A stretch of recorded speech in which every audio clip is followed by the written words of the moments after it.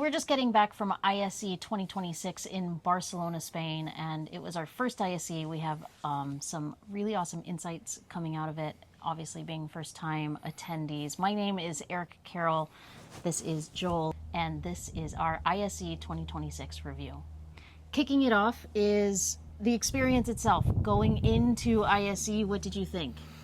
Going into ISE, I didn't know what to expect. I've never been there before, which many of you who know me can probably find it hard to believe. I've never been to ISE, but I had the opportunity to go this year. And the first thing, I'd like to do like a top 3 things I did like, and we'll give a few things maybe we absolutely.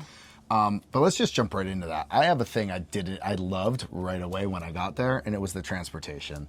When I got to ISE, I could go to the actual convention hall, I could get a train pass, and the ability for me, and we were fortunate we were staying, we just walk out of our hotel, there's a train right there, you hop in and it brings you right down. It was one of the things for me, if I look at the experience of going to a trade show, it was phenomenal. Yeah, I think Barcelona as a city has done a really good job of connecting everything, obviously through public transport. There was a bus that was going around. They do the same thing at Infocom, but we didn't take the bus because the train was just so easy. So convenient. Yeah, what's another thing for you? Do you have one you want to add to the list of things that you liked? Experience-wise, going into a trade show and being able to print my badge beforehand just made it so smooth getting into the show. Agreed. And not being part of that herd of cattle going to get their badge printed and waiting in long lines, which sometimes feels like wasted time. So I really enjoyed being able to print my badge first, and then as you scan and go, and you can pick up your lanyard on your way in. I thought that was an efficient use of time and resources, right? We're not absolutely. Printing on site just seems like extra waste maybe on site. So do you have another one? Because I've got one, and it's not typical of trade shows for me to say this. Go ahead. All right. Food options. So, and I know here we're talking about technology, and I want to talk about, the experience at ISE, but food's very important to me in my life and what I eat. And I don't eat at trade shows, so it's hard for me to say this, but the food options that were there were phenomenal. We even had somebody come, did you know they had sushi here? And when you go and you look at the sushi, it didn't look bad. Trade show. So I can't say it. Trade show sushi. Very good. And it was awesome. I did get a sandwich with some Iberian ham, and the bread was stellar and phenomenal, but it was different than any trade show I've ever been to in my life. And a lot of it just has to do with the venue. This is not ISE. This is just the venue and how the venue actually takes care of things. Unique to that venue, because I know in other trade shows in the States, a lot of times you're at lunchtime walking around going, oh, where did you go for lunch? Or, what food options are available? And maybe there's like a little food court over here, and then there's something that's like way off the show floor. Yeah. You get your hot dog, your pizza, or salad or maybe a wrap, a burger. And a smoothie. Yeah, and those were the options. But they had an abundance of options. And again, not to bag in any other trade show, because this is very specific to that venue, but the Fira, top-notch as a location. It was impressive. And the ability to get back and forth from one venue to the other. They had special halls. So we'll give a little bonus there, but you could walk in and out of the halls, but there was also this interior upstairs type corridor that would knock you between one hall to the next. That had low traffic, so it was easy to move around. It was. I appreciated how easy it was to move between halls, and you could, like you said, you could walk outside, and a lot of extra food vendors and food trucky type things, but I mean, it was more than just a food truck. You could walk outside and go between those halls, but that bridge that connected all of those halls inside was phenomenal. Yeah, and being the first time in a long time where I've not been standing in a booth for days straight, it was, I expected to be fully just exhausted. And because of the ease of getting around or things that were available to me, I wasn't. Let's talk about... Wait, go I ahead. have one more thing. Yeah. The amount of coffee on the show floor. So That's fair. That's fair. In the morning, you're able to skip your shot of espresso off the floor, and literally you could walk in and there's 6 options. A lot of the vendors have coffee and things like that, and it also forms a conversation as you're having conversations with the people there as well. Yeah, I like that. Are there things you say you didn't like about ISE?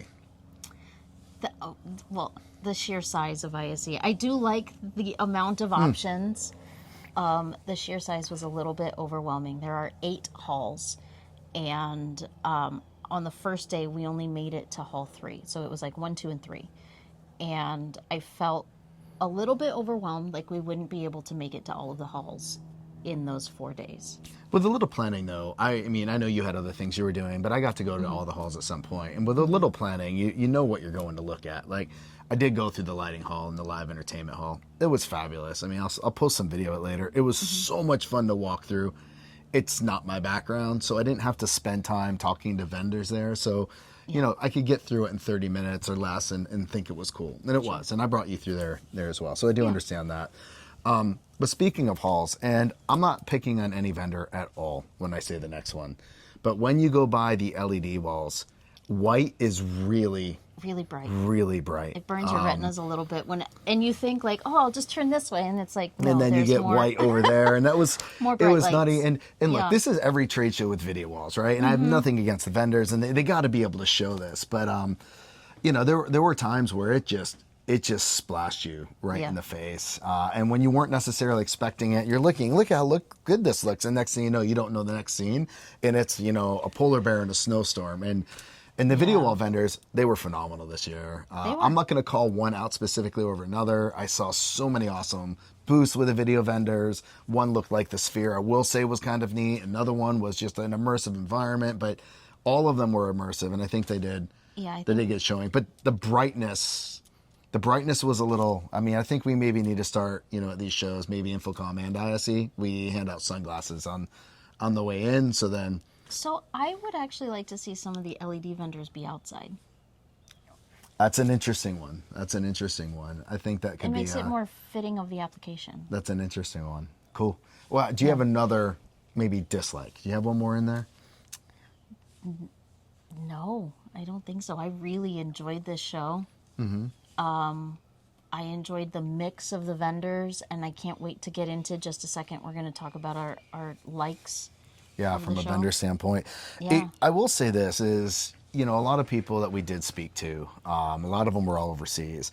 But one of the things I did find interesting was the sheer number of people from the States and Canada that we saw on the show floor. When we got over there, the number of people that we would just literally randomly bump into that we got to know over the years, and you know a bunch of people, I know a bunch of people, and we're like, holy cannoli, what are you doing here? You even bumped into somebody from high school that worked at an AV integrator now, then what are you doing here, right? So how's it going, man, if you ever watch this video? But it was interesting. And then we ran into a whole bunch of people from Canada that, you know, I haven't seen in a while. So it's truly an international show. Yes, obviously, there's a lot more people that come over there. But, I mean, on day 2 of the show, there was, I think, 63,000 people in total. Well, every single day was like record-hitting numbers. Which was insane and huge. Day 2 was my least favorite day of walking the floor. And it's not against anything. It was just a lot of people, so it was harder maybe to navigate. But, you know, again, what I say, people have asked us, would you go again? And I would say 100% absolutely I would go to ISE again. And then the next question they go, well, would you go to Infocom? And the answer is 100% absolutely I would go to Infocom. The technology was great. I enjoyed the technology opportunity to learn about some of the products that we're going to talk about here in a minute. But people are what make this industry. Yeah. And the relationships that you have, I met people who I've worked with for years that I've never seen face to face. And that opportunity for a quick handshake. I mean, there were a lot of hugs that went around with some of the manufacturers we spoke with. That was huge. And why would I go to Infocom? Same thing. It's the people. I love the technology, but it's the people that integrate it, build those user experiences. That's been key. And a lot of these guys are going to both shows. I mean, we spoke to a lot of people, and even as US-based AV integrators, they're considering also sending a team to ISE and Infocom. So something I would definitely suggest. And the pricing's not nearly as expensive to go to ISE in Barcelona as many people may expect. It probably the same cost as Vegas by the time you get down to, or Orlando for that matter. Yeah, I also want to point out now something we didn't necessarily get to attend, but the education tracks at ISE were pretty significant because before ISE, you see everybody posting, hey, I'm doing a session here, I'm doing a panel here, I'm talking about this. And I was really excited about the content that was coming out of the education track. Now, I personally didn't get a chance to see any of them, but the content seems,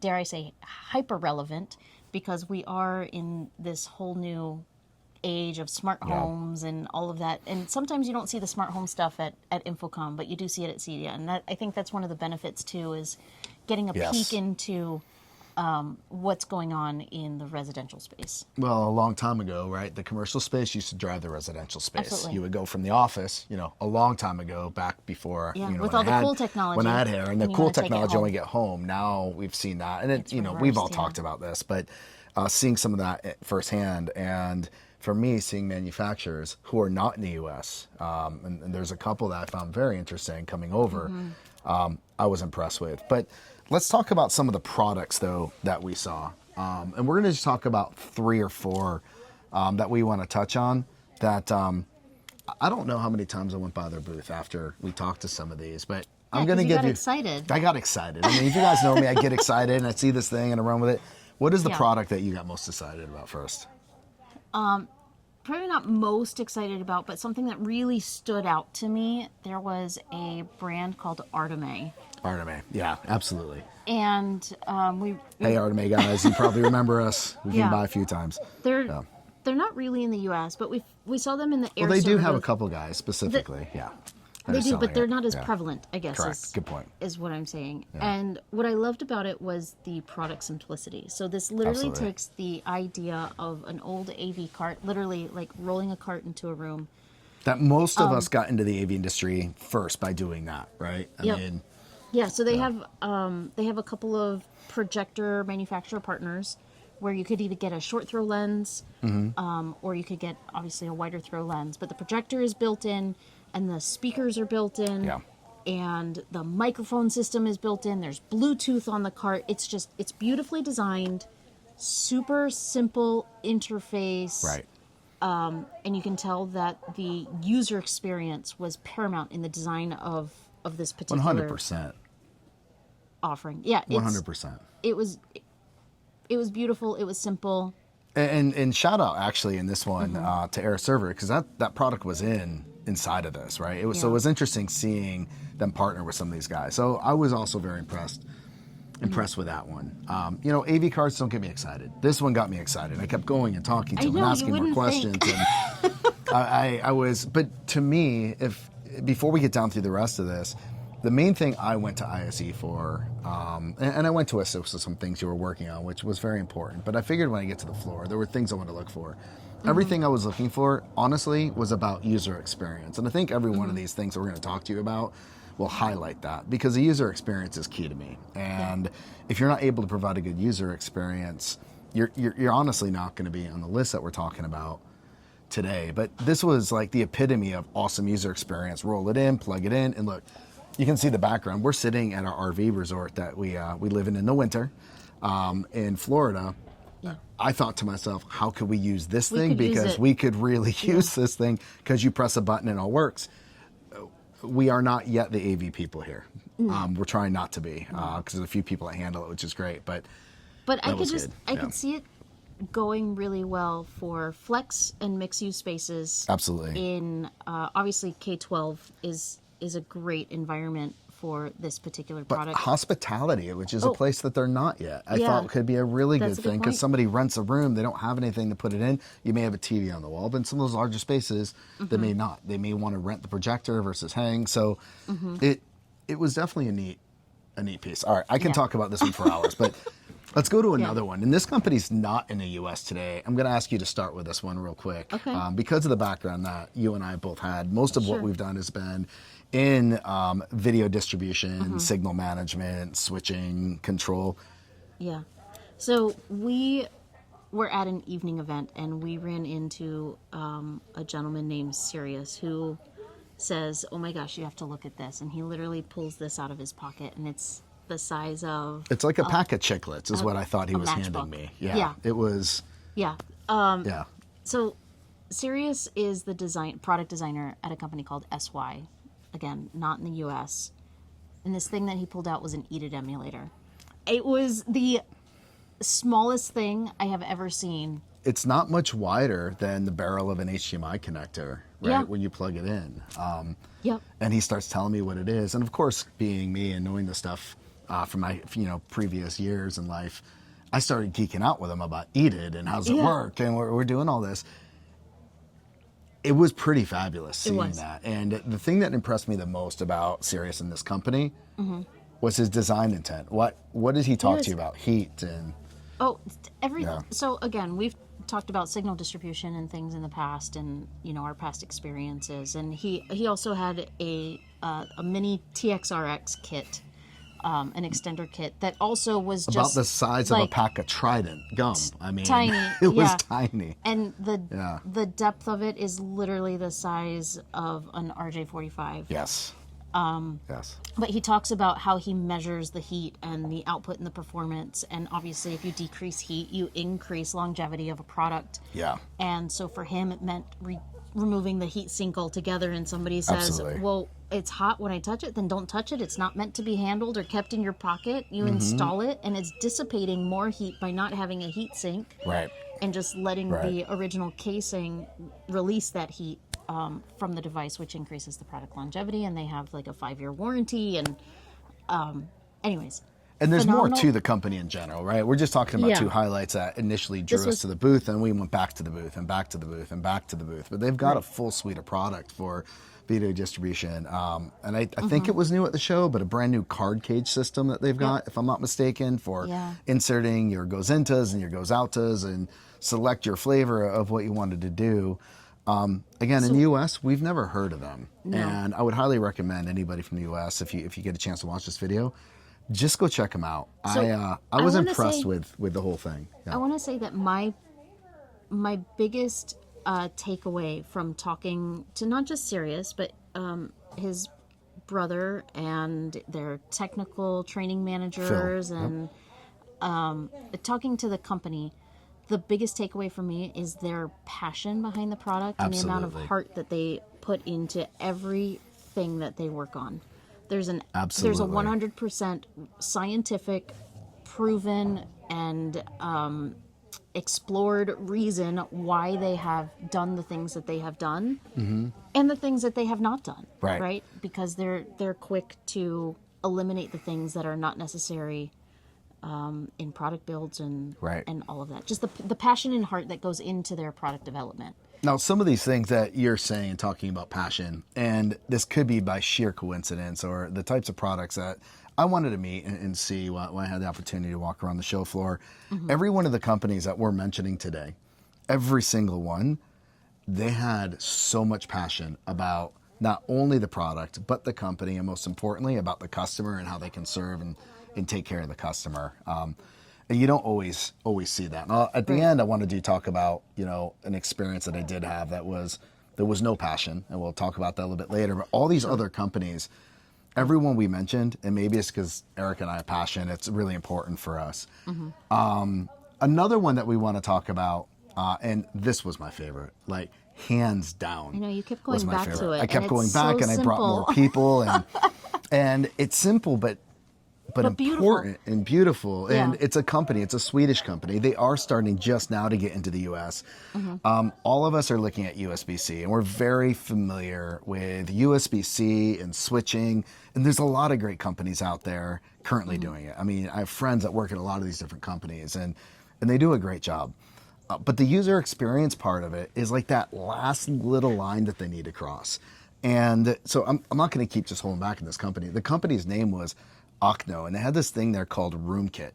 And we were talking to them like, hey, I hope you win a Best in Show. And, they didn't get an award. So we went home to try to see if there's a way at the hotel I can make them an award and stick it in their booth just for fun. To me, this is the best product I saw at ISE at all. And yes, it is a USB switching device.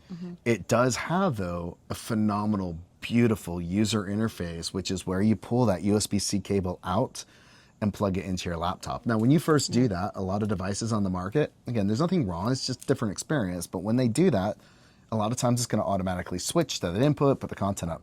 In this case, you plug it in, it's power only. You get power only. So I might just want to walk in and power. I don't want to upset the meeting or anything. I just need power. at that point. And we'll give you technical details on some of this stuff later.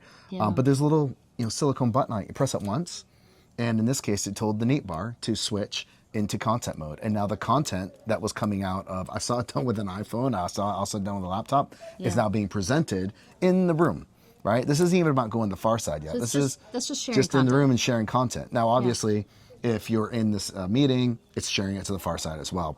Right. Press and hold that same button. And now what it does is it converts it over into BYOD mode. So the neat bar was told go into BYOD mode. And now I've got the camera's information coming back to the laptop. I'm also sharing my content up to the display. It was really phenomenal. And when I was done, I could just press that button one more time, disconnect everything, but still have the cable connected, and I go back to Power. just having power. Yeah. So I was very impressed. And it does sound simple, but the beauty of the little button that they had that went into the table was so clean. And you can even monitor these things. Like, Yeah. they had a cloud-based monitoring system. Monitor the power consumption and how that room is being utilized from a power perspective. But what I appreciated most when we went into their booth is, again, focusing on the user experience, where they're explaining to you, how clean the table looks. And if you have a connectivity box that's already in the table, they have adapters where you can put 6 connectors in there, and it just cleans up the table completely. Yeah. Brings it up to current USB-C standards. Yeah. And it was all about the experience. And That's then, what they spoke about first. Absolutely. And then you have to ask, okay, well, how is this being done? Oh, well, we have this 4-port and switcher, then they would smile and you can daisy chain with them, that and little you can- smirk. They go, let me right? show you It's- how this is. And it was Yes. awesome talking about the user experience first. Yep.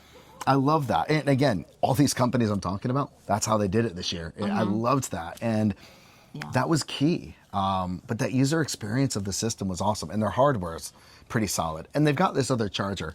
I asked them to charge more for it. So if they do, don't blame me, blame Erica. But I'm looking at this, that's only how much? I think it was undervalued. Yeah, it's a phenomenal device. It goes on the table. It can provide charging, USB charging to your device. I think it's like 240 watts, whatever the case may be. But that also can be cloud connected. And then you can monitor that as well. And we're not talking pricing or anything here, just the concept. Not just for device powering, though. If you Yes. for personal device powering, if you needed to charge, like camera bars or anything like that, Or LED lights. Or There was LED even a lights, suggestion where they could put LED lights under a table or something along those lines, where you could actually schedule that light under the table to turn on or off. Because there's so many things that are being powered with USB now that are accessories that actually aren't computers, phones, and other Right, they things. don't That need was a data. great suggestion. Yeah. And they could actually see your power draw, and you could do that over a month time. Yeah. I'm going to throw a bonus in here. And shout out to Adrian for giving me an opportunity, an Eric an opportunity. We went into the Nureva demo room. I heard about this product called the HTX when I was at an event with them earlier in the year, and they talked about it. I said, man, I haven't seen it yet. I really would love to see it. And he walked me up, sat me down, and went off. So Adrian, if you watch this, also thank you for getting this opportunity. From a user experience standpoint here, the audio that you were able to get for one of 2 different things is the way I really look at it for. One, conferencing. I'm doing bidirectional conferencing. I put these now speaker and mic pods around the outside of the room. There's a configurator you can go to dictate how you want that to work. And there's mic pods you can put in the ceiling as well. But you say how many of these things you want. So it's got echo canceling and all this built in, and you're plugging that into your conferencing system. And it all calculates it automatically. You just have to wire it together and then tell it to go and do its magic, and it will set the room up for you. And what was nice about it is how clean it was to me, because you could put a series of these speaker mic combinations around the room. Everybody, or even on a table. Or even on a It had table. multi-mounting you could get options. picked up in a very clean way. Yeah. And that was pretty awesome. And the other one would be just for simple voice lift in the room. And we did get a demo of that. The room was a little too small for the voice lift, so we did do it with some headphones to see how that worked. But it was phenomenal It was concept. really good, So yeah. it's not shipping yet. I think they're anticipating shipping is going to be around the Infocom timeframe. But I was really impressed with being able to go in, use the configurator, put these on the wall. The processor is already there for you. You plug your speaker pod combinations into the processor, hit a magical button, and it's done. Now, from a user experience standpoint, it's intelligent, so it knows what it needs to do and how it needs to function. It was just so clean. I mean, I remember the days of putting a microphone down in front of every single person and then having to install all this other gear. I mean, it was all built in one. So it's definitely, if you have not heard of Nureva, or if you haven't heard of the newest product, check them out as well. And I want to give them honorable mention because Adrian did take some time to go through it and bring us up to that booth, which was pretty cool. That was a good bonus. Yeah. So let's talk about companies that got some awards. So, and we're specifically just looking at companies that were on the show floor that did get some awards. I want to give a couple shout outs to. For some of these, we had already visited their booths, and then we were excited to hear that they got awards because we had already seen some of these products. And first up, I think, is WolfVision and their Sign Up Pure. And I know that product has been out for a while, but their newest version of it. It's impressive. I mean, you definitely got to check it out. With the new way that it's being designed, the new way it's built, the hardware that's inside it, it's a product that I think is going to be able to carry them for the next number of years.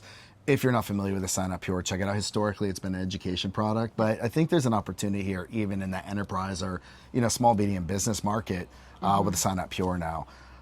So check them out. I was definitely impressed with what they were showing. Christian went over it with us and talked to us a bit about how they're going to be moving forward and other things. I'll leave that for him to talk to you guys about. But definitely a contender right now in that wireless collaboration space. And this isn't to say there's not other good products out there. We're only talking about specifically the products we saw at that show floor when we walked around. Speaking of wireless collaboration, I think Airtame 3, and it's a new smaller product. They won 2 awards. Yeah. So Airtame 3 I thought was very interesting. We got to talk to Jonas and some of the other people there about the product. And what was interesting to me about that specific product was the user experience. A lot of people are trying to do wireless and do wireless collaboration. And they're hosting the collaboration meeting, Teams, Zoom, whatever the case may be, directly in the Airtame 3. So they make it so easy. So they make it very easy. What I really was impressed about that additional user experience is I could walk in, pick up my phone, open the Airtame app, scan the PIN code that was on the display.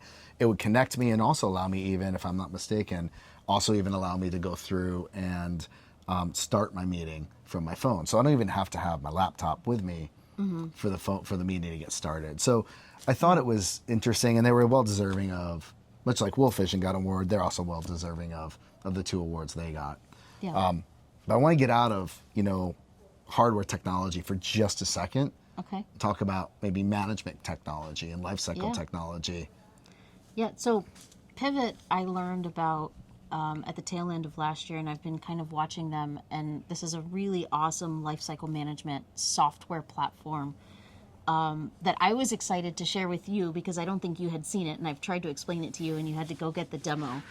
And Phenomenal demo, They charge per room in their management, so you could have an unlimited amount of devices within that room, and you can even have ancillary devices in the room that maybe don't need management, but you still need to know the devices that are in that room.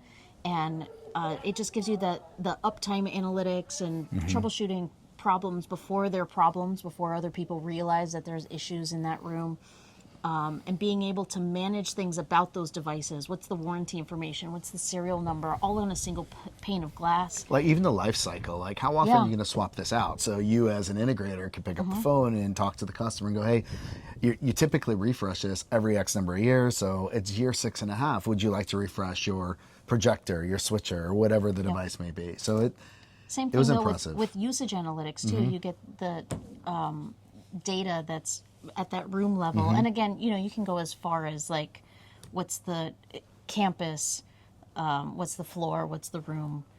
But it was neat. Anyways, it's a very cool product. I'm so glad that they won an award. They deserve. They deserve it. Yeah, it's a newer business. It's only been around for a couple of years, I believe now. At this point. Yeah. And from integration standpoint, and the part that really spoke to me is they are integrators. They started as integrators or as an integration firm that they're still aligned with, but they took a lot of things that they were doing, built a package, and go, wait a minute, this is something that's going to help a lot of the other integrators out there that are in the market. They solve their own problem, and then they're able to help other integrators also solve their own problems. And really, it gives them a leg up in the world where maybe if they don't have, a lot of the backbone to support their companies. Yes. This is, or the companies that they are supporting.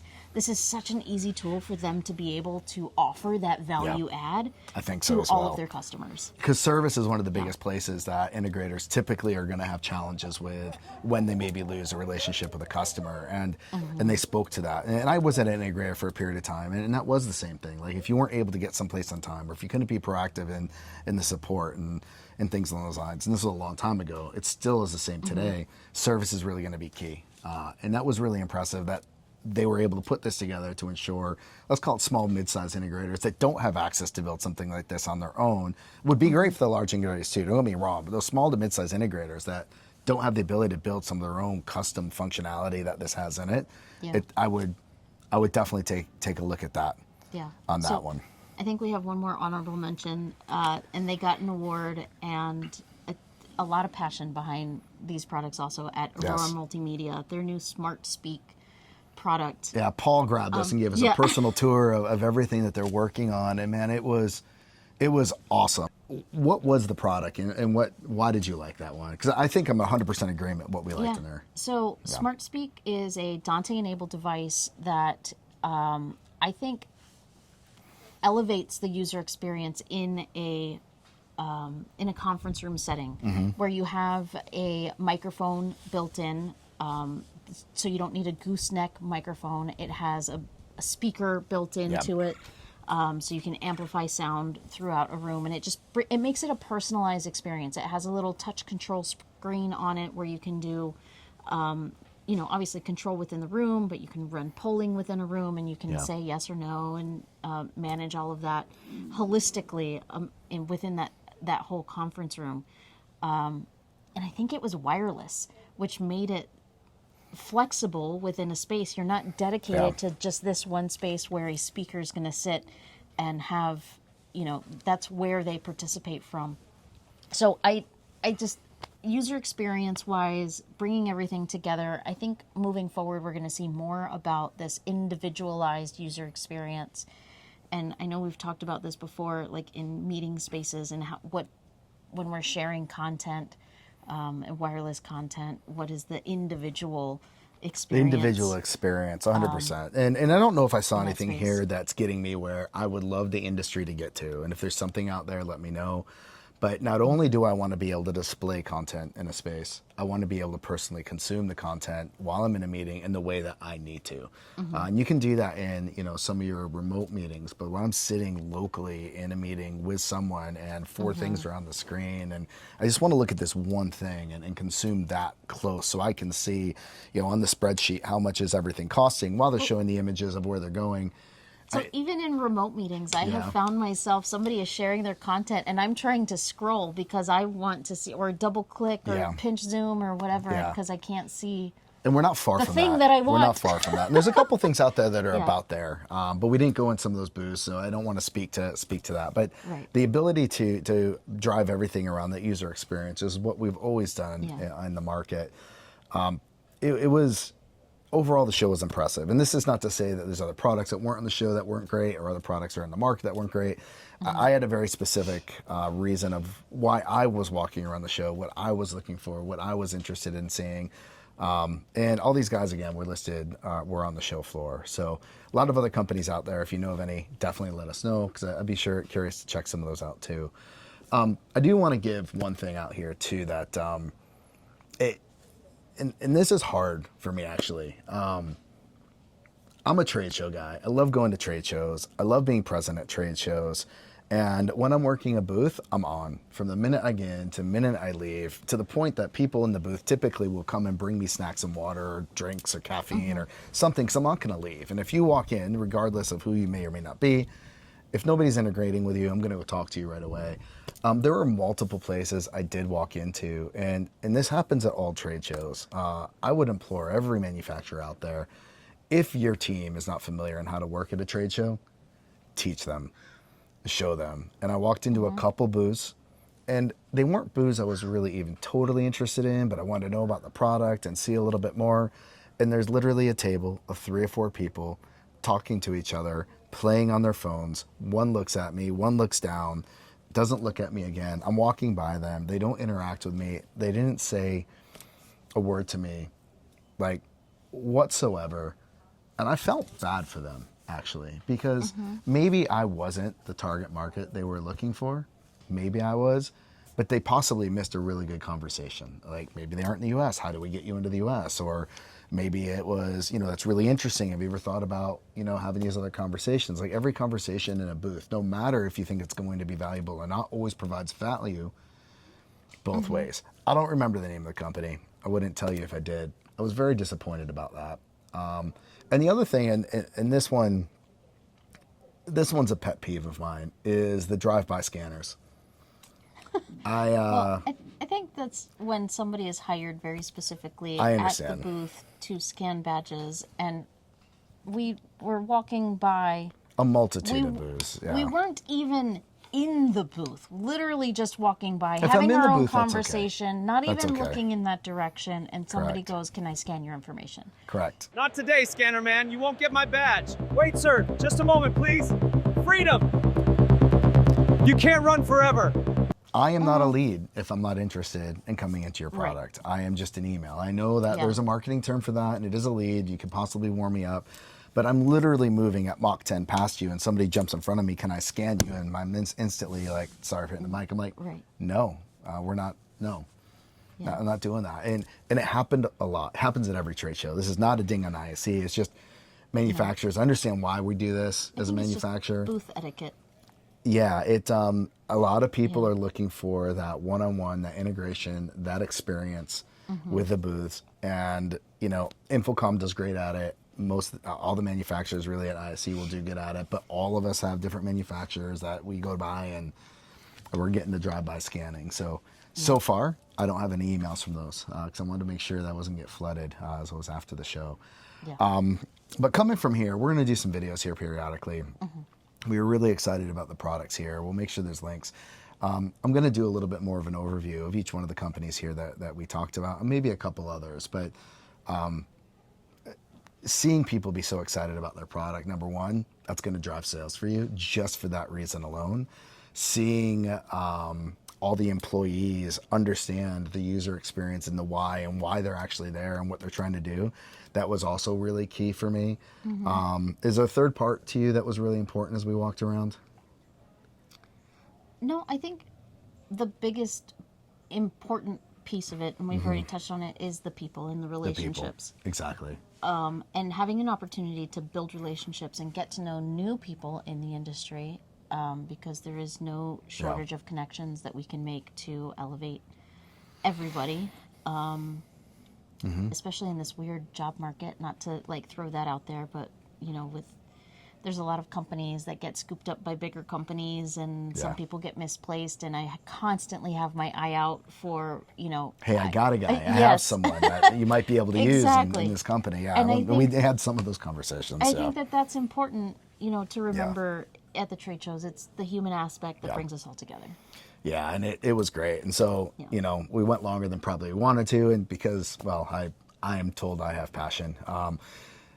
I was excited about all the stuff that we got to see and got to experience, and to all our friends that we saw and new friends that we made globally with the people that we had met. But be on the lookout for some other videos that I'm going to do personally, a little bit more specific about some of the companies that I ran into. But again, check out Artome, check out SY, check out Ochno, check out Nureva, and then we also listed the ones that got awards with WolfVision and Airtame, Pivot, and then Aurora Multimedia. Definitely check out some of the stuff that they came out with. That's kind of where we spent a good portion of time as we had an opportunity to walk around. But we look forward to talking to you guys later. And if there's anything else that we can do for any of you out there in the market, please reach out. Thanks.